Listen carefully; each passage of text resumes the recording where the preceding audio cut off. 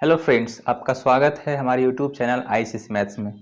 आज हम लोग हिंदी व्याकरण का सबसे इम्पॉर्टेंट टॉपिक पढ़ने वाले हैं जिसका नाम है समास। ये इतना इम्पॉर्टेंट टॉपिक है कि इससे बोर्ड एग्जाम में क्वेश्चन पूछे ही जाते हैं और ये कह सकते हैं कि सबसे आसान टॉपिक भी है, जो अगर आप अच्छे से ध्यान दे देंगे, अगर इस लेक्चर को अगर ध्यान से दे देते हैं तो कह सकते हैं कि इससे आपके 4 से 5 नंबर क्वेश्चन कह सकते हैं आपके कंप्लीट हो जाएंगे और अच्छे से आप मार्क्स गेन कर सकते हैं एग्जाम में। ठीक है ना, तो चलिए स्टार्ट करते हैं।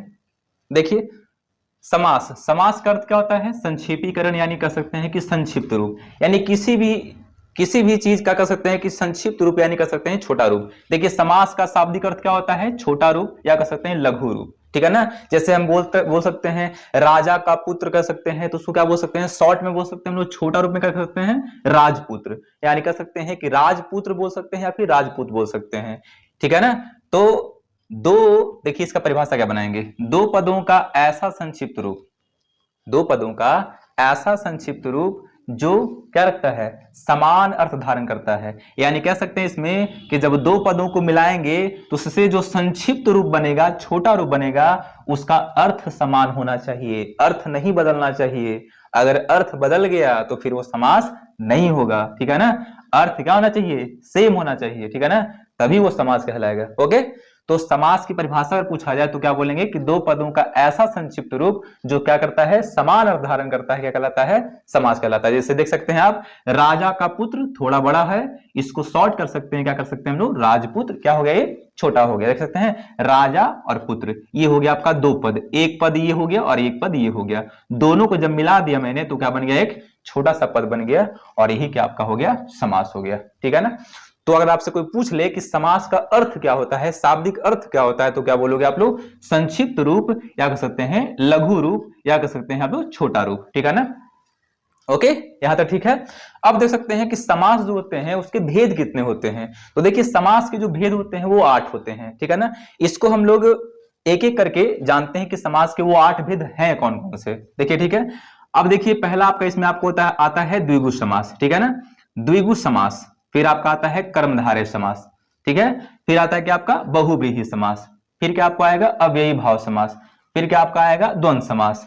फिर क्या आपका आएगा? तत्पुरुष समास। ठीक है ना, यानी कह सकते हैं हम लोग कि द्विगु समास, कर्मधारय समास, बहुव्रीहि समास, अव्ययी भाव समास, द्वंद्व समास और तत्पुरुष समास, ये 8 क्या है? आपके समास के भेद हैं। ठीक है ना, अब देखिए, हम लोग इसको किसी भी ऑर्डर में अरेंज कर सकते हैं। ऐसा नहीं कि मतलब कि पहले हम लोग द्विगु समास लिखे हैं तो पहले द्विगु समास ही लिखा जाता है, ऐसा नहीं है। हम लोग कर्मधारय को पहले पढ़ सकते हैं, या पहले बहुव्रीहि को लिख सकते हैं, या पहले अव्ययी भाव को लिख सकते हैं, यानी किसी को भी हम लोग पहले रख सकते हैं, उसमें कोई प्रॉब्लम नहीं है। ठीक है ना, अब देखते हैं हम लोग इसमें कि अब देखिए यहाँ पे हम लोग उत्तर पद, यहाँ पे देखिए यहाँ पे उत्तर पद लिखा है, यहाँ पे दोनों पद अप्रधान है, फिर कहीं कहीं पे आपके पूर्व पद मिलेंगे, कहीं दोनों पद प्रधान है। ये पद है क्या? उत्तर पद, पूर्व पद, दोनों पद क्या है ये? तो देख सकते हैं, ध्यान दीजिएगा, हमने क्या पढ़ा अभी? समास क्या होता है? तो हमने पढ़ा भी कि दो पदों का संक्षिप्त रूप होता है।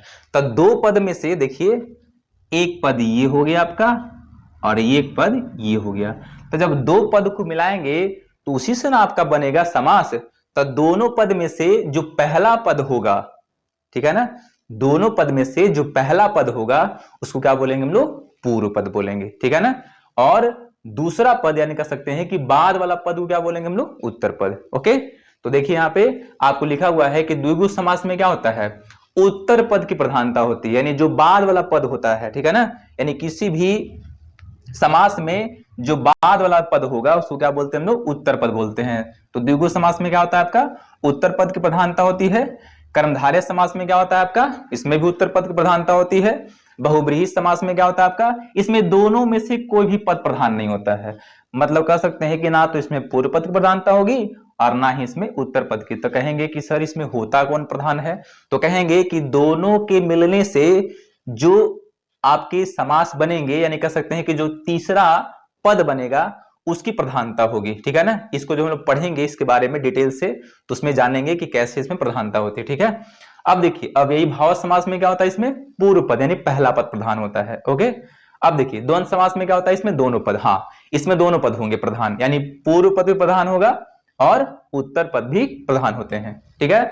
और तत्पुरुष समास में क्या होते हैं आपके, उत्तर पद की प्रधानता होती है। यानी हम लोग जनरली कह सकते हैं तो 3 याद रखेंगे हम लोग, द्विगु समास, कर्मधारय समास और एक आपका होता है आपका तत्पुरुष समास। ये तीनों में क्या होते हैं आपके, ये तीनों में आपके उत्तर पद की क्या होती है, प्रधानता होती है, ठीक है ना। तो एग्जाम में प्रश्न ऐसे ही पूछा जाता है कि निम्नलिखित में से किस समास में उत्तर पद की प्रधानता होती है, और आपके ऑप्शंस दिए रहेंगे। तो याद रखिएगा कि ये द्विगु समास में, कर्मधारय समास में और तत्पुरुष समास में उत्तर पद की प्रधानता होगी, और अव्ययी भाव समास में क्या होगा, आपके पूर्व पद की प्रधानता होगी। द्वंद्व समास में क्या होगा, दोनों पद की प्रधानता होगी, और बहुव्रीहि में दोनों में से किसी पद की प्रधानता नहीं होती है, कोई अन्य तीसरा पद होगा उसकी प्रधानता होगी।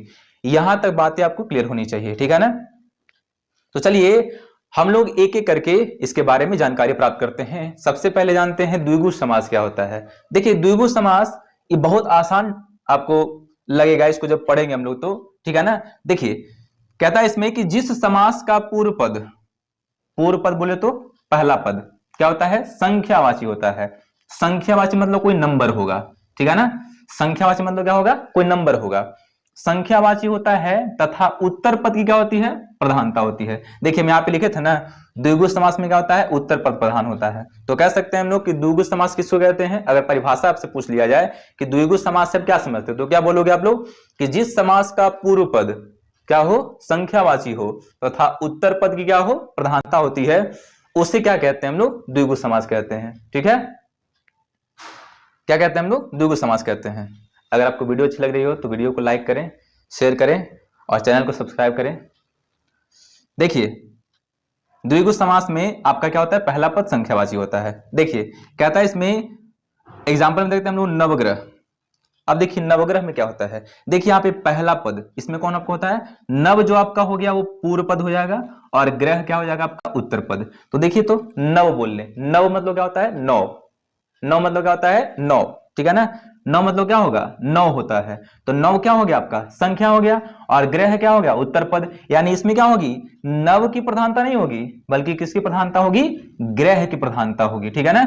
उसी प्रकार से कह सकते हैं त्रिलोकी में क्या आपका है, त्रि जो वर्ड है ये क्या आपका है, संख्या है, और लोक क्या आपका है, लोकी, यानी लोक जो वर्ड आपका है क्या है, उत्तर पद है, यानी इसकी प्रधानता होगी, ठीक है ना। पंचवटी में पंच संख्या है, दोपहर में आपका दो संख्या है, ठीक है ना। तो कह सकते हैं कि द्विगु समास जो होता है हम लोग किसको कहेंगे, तो उस समास को द्विगु समास कहेंगे जिसमें क्या होता है, पूर्व पद संख्यावाची होता है, यानी कोई नंबर होगा। जैसे कह सकते हैं चौराहा, कह सकते हैं चौराहा में चौ वर्ड आपको आ रहा है, वो भी आपका संख्या है। दुअन्नी हो गया, अठन्नी हो गया, शताब्दी होता है, ठीक है ना, पंचपात्र होता है, ठीक है ना। ये सारे जो आपके मिलेंगे समास जो है वो सब किस समास का उदाहरण होगा, आपका द्विगु समास का उदाहरण होगा, ठीक है ना। तो द्विगु समास को हम लोग बहुत आसानी से समझ सकते हैं, और आशा करते हैं कि आपको समझ में भी आ रहा होगा। अगर समझ में आ रहा होगा तो वीडियो को लाइक करें, शेयर करें और चैनल को सब्सक्राइब करें, ताकि ऐसे ही अच्छे अच्छे वीडियो आपको मिलते रहे, और इसके अगले पार्ट जल्द ही आपको मिलेंगे। तब तक के लिए धन्यवाद।